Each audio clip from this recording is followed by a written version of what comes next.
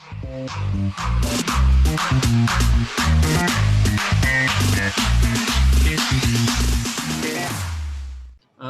ini Pak Surya akan sharing terkait dengan critical aspect maintain quality related COVID-19 test. Saya persilahkan Pak Surya. Terima kasih.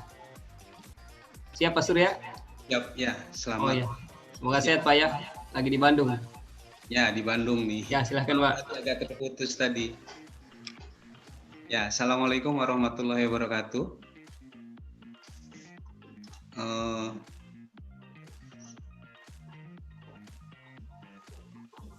Saya nggak muncul ininya ya, gambarnya, tapi saya lanjut saja. Tadi seperti yang disampaikan oleh Pak Miswar, saya akan menyampaikan tentang kritikal aspek apa saja sih dalam menjamin kualitas pemeriksaan, terutama yang berhubungan dengan rapid. Ya, pertama-tama saya sampaikan salam nih buat semua teman-teman ATLM yang boleh dibilang pada saat COVID ini merebak, kita semua kaget tentunya kan. Kaget dengan yang harus kita hadapi, sehingga banyak inovasi-inovasi seperti yang tadi disampaikan oleh Pak Miswar, terus Labkesda juga mendadak menjadi terkenal ya di tiap kabupaten kota serta provinsi karena mendapatkan tugas untuk pemeriksaan COVID. Nah, dalam presentasi ini saya akan membagi dalam 5 bahasan. Pertama tentang penetapan bencana, kedua pemeriksaan lab COVID-19, kondisi ideal untuk pemeriksaan COVID itu seperti apa, dan kondisi yang sekarang terjadi serta aspek kritisnya. Nah, ini semua dimulai dengan beberapa keadaan sebelumnya, sebelum adanya ketetapan Presiden tahun 2020 ya, nomor 12 tahun 2020 pada tanggal 13 April bahwa COVID ini dinyatakan sebagai bencana nasional. Padahal sebelumnya itu sudah ada pemeriksaan lab COVID itu yang menyelenggarakan awalnya ada di Balitbangkes sesuai dengan tupoksinya. Tapi sejak merebaknya kasus COVID ini di Indonesia, 16 Maret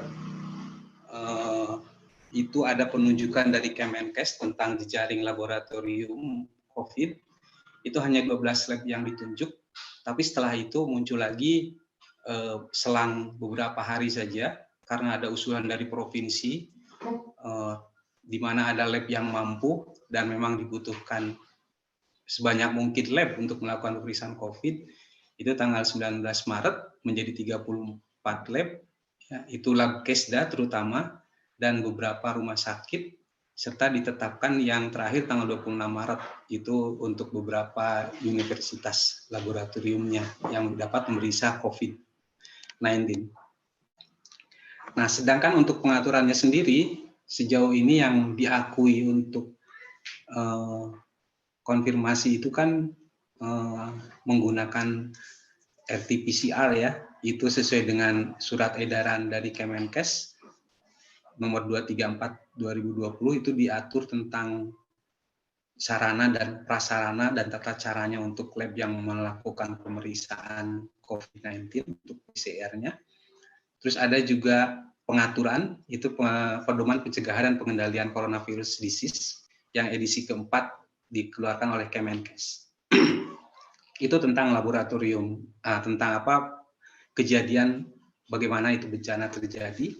Nah, sedangkan secara ilmiah bahwa pemeriksaan COVID-19 itu sendiri kan bisa dilakukan dengan pemeriksaan antigennya sendiri, ya, RNA-nya, lewat RNA-nya, yang kedua dengan pemeriksaan antibodi.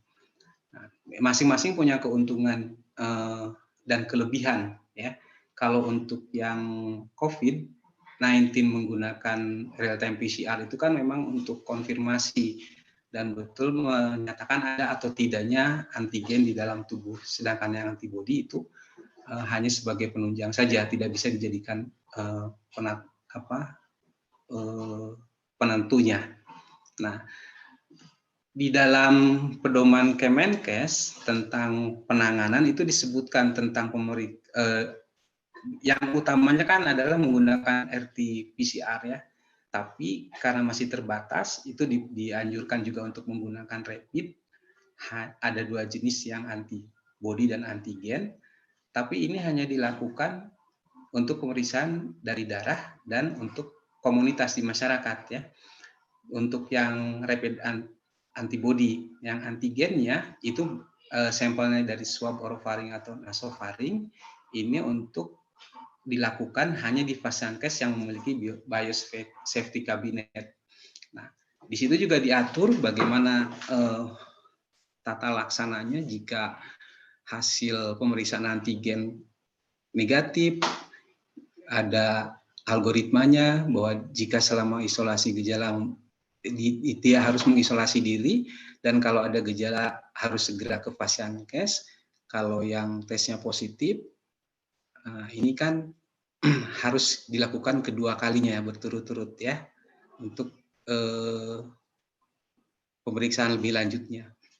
Nah, terus alur yang kedua untuk pemeriksaan antibody, nah ini juga kalau hasil tesnya negatif seperti yang tadi sudah disampaikan oleh 2 pembicara pertama, ini belum tentu karena tidak adanya antigen kan, sehingga sarannya adalah dilakukan isolasi diri, dan bila 10 hari kemudian dilakukan lagi tes negatif dengan cara yang rapid tadi, berarti dia bukan COVID. Tapi kalau positif, berarti dia harus dilanjutkan ke PCR di sini. Ya, jadi alurnya sudah diatur di sana. Nah, saat ini tadi sudah juga disampaikan banyak sekali alat tes yang rapid ini masuk ke Indonesia. Dulu dilarang, tapi setelah itu ada lagi pembebasan, malah sekarang ada peraturan yang bisa mempercepat untuk pengadaan barang-barang yang berhubungan dengan rapid test ini. Nah, ini yang tadi disampaikan juga menimbulkan banyak kebingungan, mulai dari awal pertama kali ada bantuan dari luar, itu sampai terjadi perdebatan mana yang mau dipakai antara serum, plasma, atau dari tetesan dari jari. Ya. Ini masih menjadi perdebatan sehingga ada studi-studi yang dilakukan oleh beberapa bagian yang melakukannya. Nah, ini yang saat ini juga dilakukan oleh teman-teman ATLM atau sukarelawan untuk penapisan terhadap COVID-19 tadi. Nah, tadi sudah disebutkan bahwa Badan Nasional Penanggulangan Bencana sudah mengeluarkan ada 8 untuk antibody, terus ada alternatif RDT untuk COVID-19 juga yang bisa dilakukan, alternatif ada 15, itu sudah dikeluarkan oleh BNPB. Ya. Walaupun sebetulnya kalau kita masuk ke websitenya WHO saat ini sudah ada 565 rapid test dengan berbagai kondisi. Ada yang masih dibangun, di-develop, ada yang hanya untuk riset only, ada yang sudah mendapatkan FDA approve dan segala macamnya. Bahkan tadi Prof. Hati sudah menyampaikan, sudah mengeluarkan merilis mana saja yang bisa digunakan untuk rapid test di Indonesia. Nah, selain produk rapid test tadi sebetulnya sudah muncul nih. Kan kalau kita kenal selalu ada yang rapid itu selain kontrol positif dari alat, juga harusnya ada kontrol positif terhadap antibody ya kan, yang dari pihak ketiga. Nah, ini sudah ada muncul beberapa dari Bioret, dari Cepometric dan lain sebagainya ya, yang di Eropa yang ini juga muncul. Itu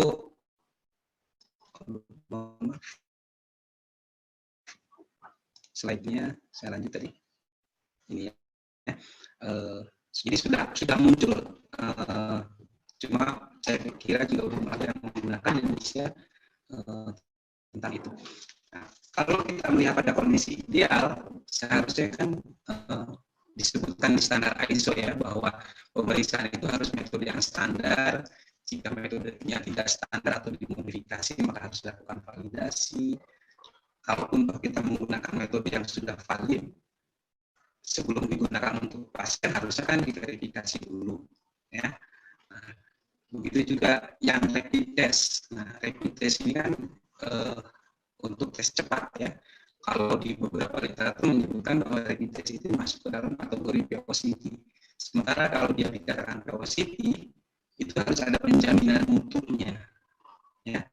Nah, seperti yang disebutkan di 15189 bahwa POCT itu harus berada di bawah pengelolaan laboratorium. Artinya yang menandatangani hasil bukan yang melakukan pemeriksaannya. Karena kan pemeriksaan itu dilakukan oleh banyak orang nih. Kadang-kadang yayasan atau ada yang mandiri beli sendiri kit insertnya, dilakukan pemeriksaan. Itu kalau kita berbicara sebagai orang lab, harusnya itu semua masuk dalam tanggung jawab laboratorium. Ya, artinya divalidasi hasilnya itu oleh laboratorium. Nah, itu tentang POCT. Pengaturannya sudah ada untuk POCT itu. Kalau rapid test tadi dianggap sebagai POCT, mungkin kita bisa merujuk kepada pedoman CLSI POCT.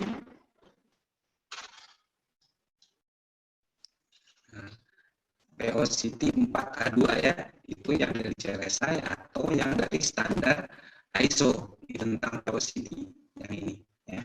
Nah, tadi disebutkan tentang verifikasi dan validasi di 15189 itu ada di elemen 5.1.2 dan 5.5.1.3, ya. Itu. Dan kalau dia dianggap sebagai POCT,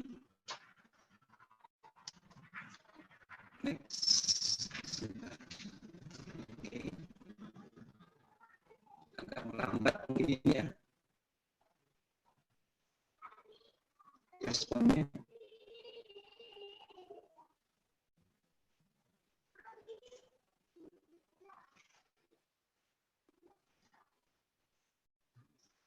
Oke, slide selanjutnya tidak muncul. Nah, oke. Nah, kalau selain tadi tentang POCT sebetulnya ada alternatif lain, karena kalau saya rujuk di pedoman-pedoman yang tentang COVID ini kan hal yang baru ya. Jadi saya mencoba menggali apa yang bisa kita lakukan untuk menjamin kualitasnya. Yang kedua, kita bisa menggunakan klausul yang ada di dalam ISO 15189 itu tentang manajemen risiko untuk laboratorium, yang aturannya bisa menggunakan EP23 dan CLSI atau yang ISO untuk risk manajemennya. Di sini disebutkan harus mengevaluasi dampak pada proses kerja dan potensi kegagalan hasil yang dapat berpengaruh selama pasien. Tentunya kita menunjuknya dari pemeriksaan rapid test tadi yang POCT.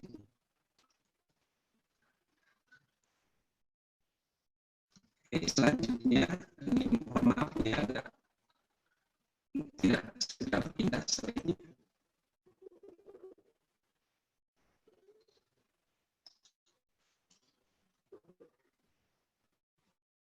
Nah, itu kondisi ideal. Saat ini tidak ada pembicaraan, bisa disebutkan kondisi yang tidak ideal. WHO sudah mengeluarkan beberapa rilis yang menyebutkan bahwa pemeriksaan rapid test tadi yang point of care imunodiagnostik test hanya untuk research setting, jadi tidak untuk menegakkan diagnosa, ya. Dan karena limitasinya juga ini tidak digunakan untuk penanganan pasien, ya. Makanya dari dokter variatif sudah menunjukkan ada pemeriksaan hematologi dan yang lainnya digunakan untuk penggantinya. Jadi yang rapid test ini hanya digunakan untuk epidemiologi riset saja, tidak untuk kepentingan yang lain. Itu sudah ada statistiknya dari WHO, kemudian juga di Amerika di CPP yang merekomendasikan bahwa untuk pengembangan rapid test ini tidak harus melakukan validasi atau approval tadi epidemiologis itu bisa saja. Di sini di Amerika ada kebijakannya bahwa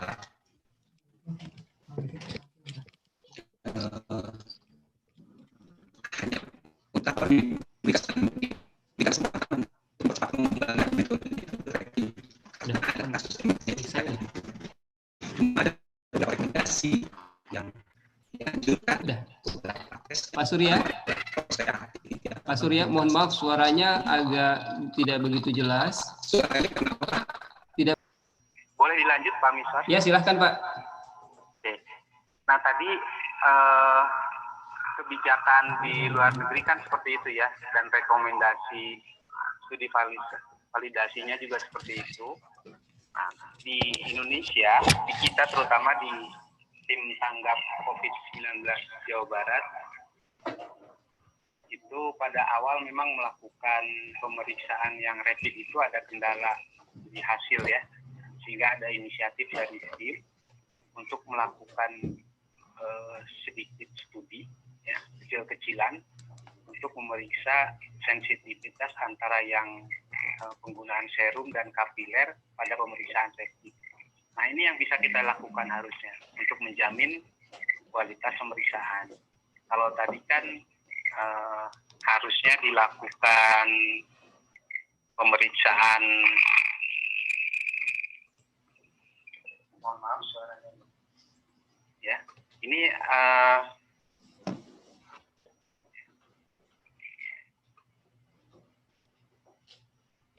halo? Iya Pak, lanjut aja Pak. Lanjut aja ya.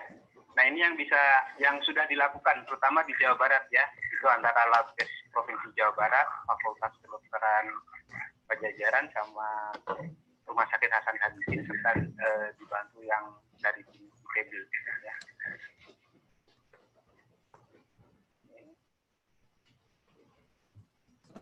Selanjutnya, sebaiknya berikutnya.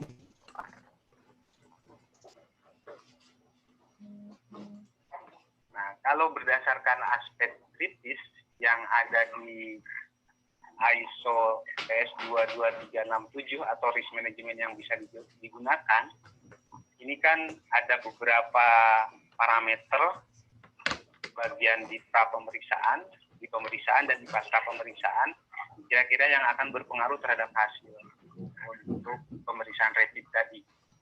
Yang pertama adalah identifikasi pasien, informasi diagnostik, kesalahan preparasi, wadah sampel, labeling, transportasi. Di pemeriksaannya itu hasil QC, prosedur yang tidak sesuai, kesalahan alat dan reagen, atau bahkan penundaan pemeriksaan. Pada pasca pemeriksaan, itu hasil yang salah, penulisan, pasien yang salah, bahkan sampai bisa ke penerimaan yang salah. Ya, ini kalau yang menerimanya salah, hasilnya positif, itu kan bisa jadi meresahkan masyarakat. Ini yang harus kita juga ikutin prosedur penyerahan hasil. Ya. Nah, kalau melihat dari aspek kritis tadi sudah disampaikan, yang harus diutamakan oleh teman-teman yang terjun langsung itu adalah safety first ya, lindungi dulu diri sendiri. Kalau semangat untuk bekerja, saya kira semua sangat antusias ya, tidak perlu diragukan lagi, bekerja secara sukarela untuk memerangi COVID sama-sama, ya, walaupun tidak punya kompetensi pengambilan swab, tapi masih ada semangatnya kan. Ini beberapa foto termasuk Kepala Labkes Jabar nih yang berada di ruang safety level untuk menjelaskan kondisi di Jawa Barat kepada Gubernur. Nah, masalah penggunaan APD saya kira sudah disampaikan oleh Pak Adnan secara detail pada webinar yang pertama. Nah, tadi juga tentang masalah sampling, ini sudah dibahas tadi oleh beberapa oleh pembicara pertama, kedua dan ketiga. Yang jelas kita harus menganggap bahwa semua bahan adalah infeksius, sehingga kita harus melengkapi APD, apalagi pada kejadian yang bisa menimbulkan penyebaran ya, gunakan Google atau face shield. Digunakan kalau sampling sebaiknya digunakan area terbuka. Kalau sampling darah sebaiknya menggunakan vakum. Ya. Kalau menggunakan kapiler, hati-hati dalam penggunaan lancet. Begitu juga penggunaan squid. Dan yang paling penting juga harus menyediakan tempat sampah untuk yang infeksius. Ya, jangan sampai malah kita memperluas penyebaran dengan membuang peralatan atau APD yang tidak sesuai dengan regulasinya. Nah, yang penting juga pada pengisian data pasien, tadi kan tujuannya adalah untuk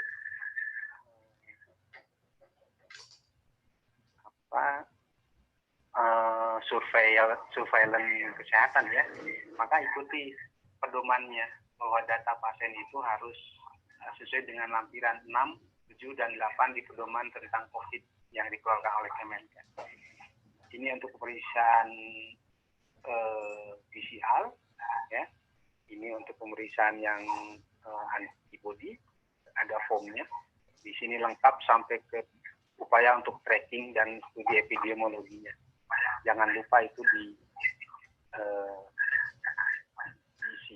Ya. Selanjutnya tentang sampel. Nah, ini juga perlu diperhatikan wadah dan pengawet. Ya.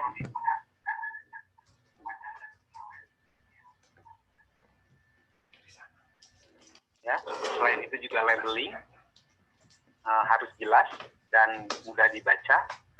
Terus pengemasan harus sesuai dengan standar WHO, ada 3 layer, dan preparasi kalau memang ada sentrifuge tadi, sentrifugasi atau tindakan lain yang bisa menimbulkan aerosol, gunakan BSC atau BSL.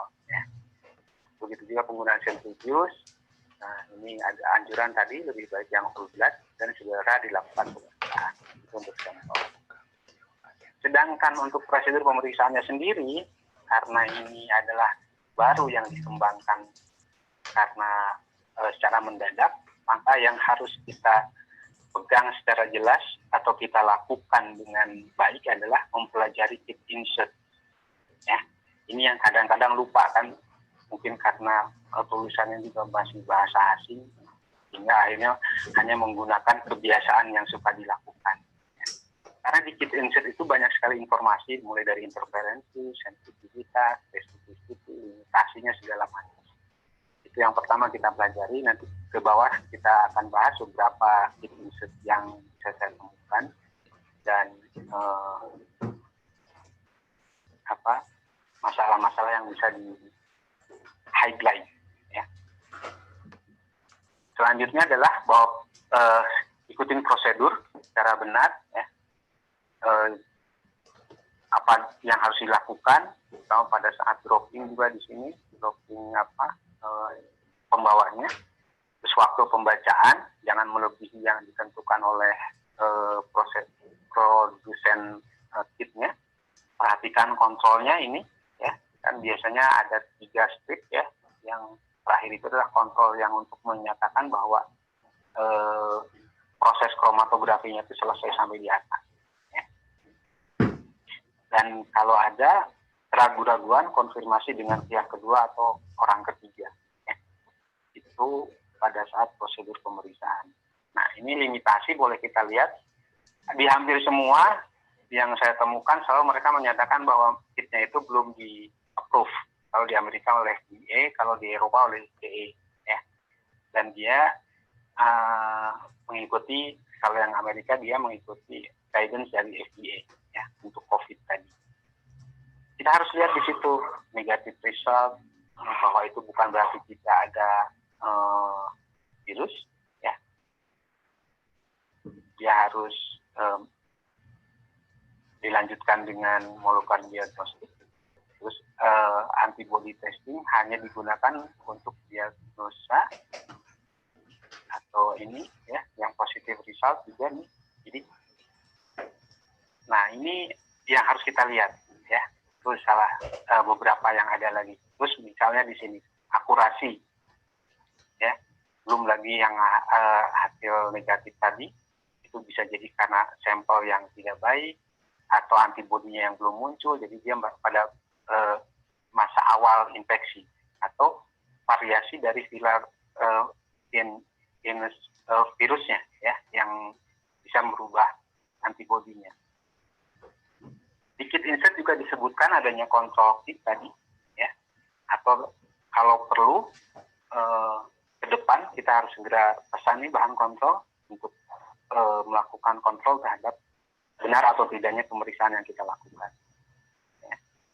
Tentang pembuangan ada juga disebut di sini di salah satunya bahwa disposal of the diagnostic ini harus mengikuti regulasi yang ada.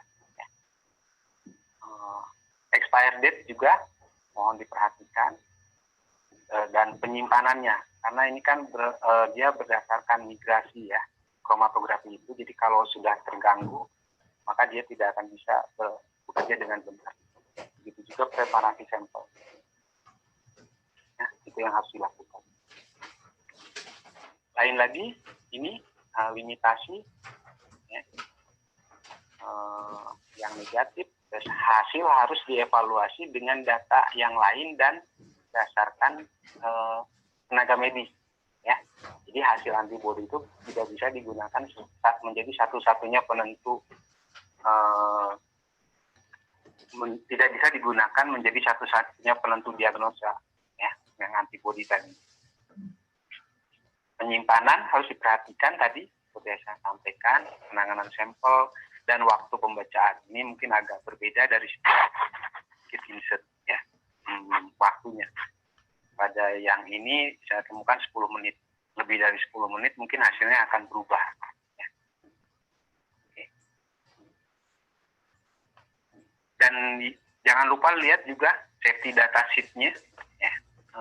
Di situ ada penjelasan-penjelasan tentang bahaya yang bisa timbul dari kit insert tadi.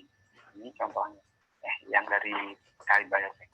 Ini yang lain juga sama ada. Ya, cuma kebetulan yang saya dapatkan yang ini. Selanjutnya, kemungkinan yang bisa terjadi adalah pada saat pelaporan. Ya. Kalau pelaporannya sendiri kan bisa menyebutkan ini ya, anti-SARS-CoV-2 IgM dan IgG-nya non-reaktif, atau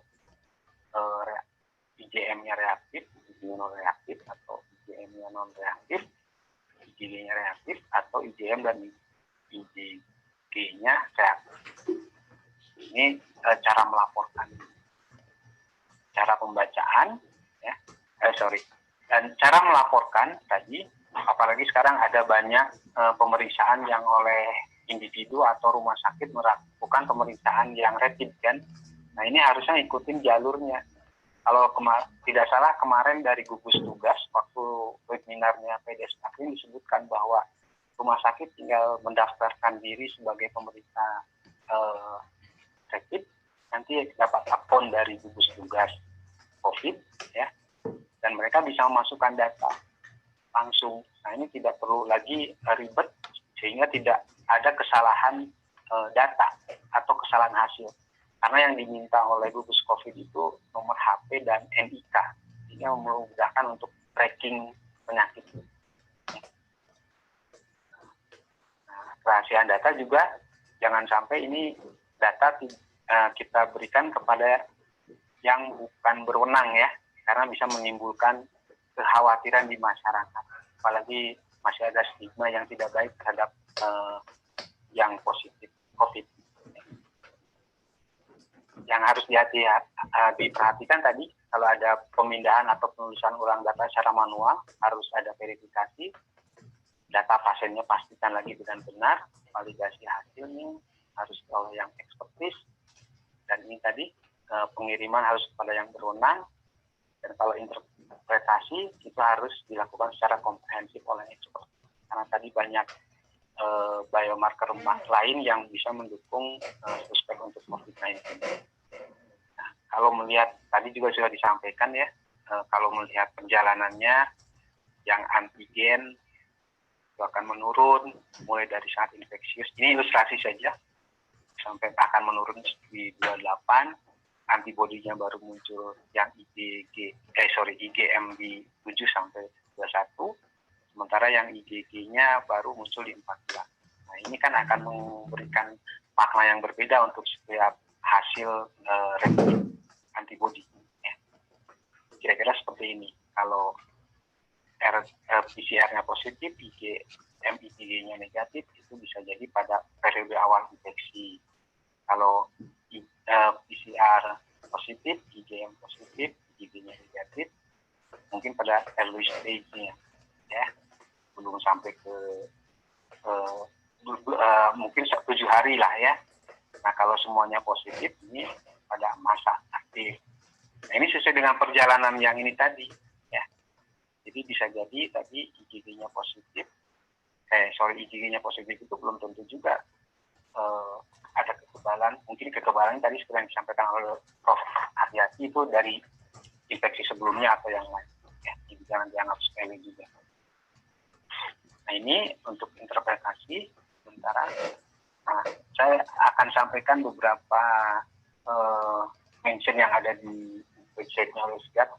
Pertama untuk ini tadi adanya perbedaan tata cara rapid test atau prinsip kerjanya serta metode pemeriksaannya, sensitivitas yang berbeda, selektivitas yang berbeda, maka kita harus ada kerjasama untuk melakukan pemetaan terhadap regen-regen yang ada. Ya, ini dari orangnya NRL Australia, ya bagian dari WHO juga. Dari WestGuard disebutkan jangan lupa kualitas. Ya. Kita memerlukan kualitas, melakukan validasi studi, sensitivitas, sensitivity, dan ini alangkah lebih baik kalau masing-masing lab yang sudah rutin melakukan yang antibody ini mengumpulkan datanya dan kita sharing. Kita lakukan studi, mungkin tadi yang sampaikan oleh Dr. Sian juga, kita bisa sama-sama bikin studi bersama ya tentang komparabilitas atau standarisasi pemeriksaan. Dan kalau sudah memungkinkan, harus kita coba untuk menggunakan kontrol dari third party, ya. Jangan hanya menggunakan kontrol positif yang ada di tesnya saja. Kalau ada juga programnya atau proficiency testing, ya, mungkin ini bisa kedepannya dilakukan atau minimal melakukan round robin atau trial antar lab dibanding, ya, kalau belum ada program. Dan jangan terlalu berbangga dengan metode pengujian yang ada, karena banyak tadi bisa false positif, false negatif, ya, hasil-hasilnya tadi. Oke, mungkin itu saja Pak Miswar yang bisa saya sampaikan. Terima kasih.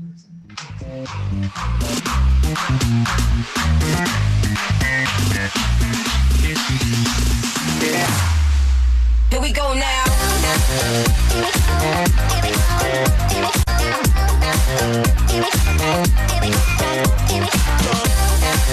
Here we go.